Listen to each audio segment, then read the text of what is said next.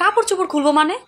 কি ব্যাপার কি কাপড় চোপড় খুলে পালাও?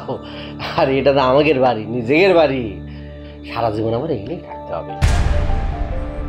চুপ করো, তোমার এসব কথা শুনতে শুনতে আমার মাথা নষ্ট হয়ে যেতেছে।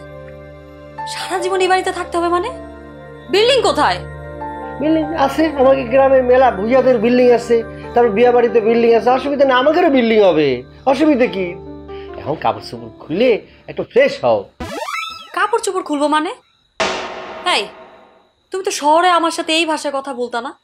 আরে কি করছো, আমি গ্রামে আসেছি না, আমি এখন ঢাকা নাকি? আমি আমার গ্রামের মধ্যে এসে আমি কি জন্য ঢাকায় ওরকম শুদ্ধ ভাষায় কথা বলবো? হ্যাঁ, আমার গ্রাম পূর্ব ভাষা, গ্রামের মধ্যে আমি গ্রামের ভাষা কব না? আর আমি যদি গ্রামে এসে ওই শুদ্ধ ভাষায় কথা বলি তাহলে গ্রামের মানুষ আমার পাগল বলবে না, আর ওই যে হারাদন হাসতে হাসতে হারায় যাবে না।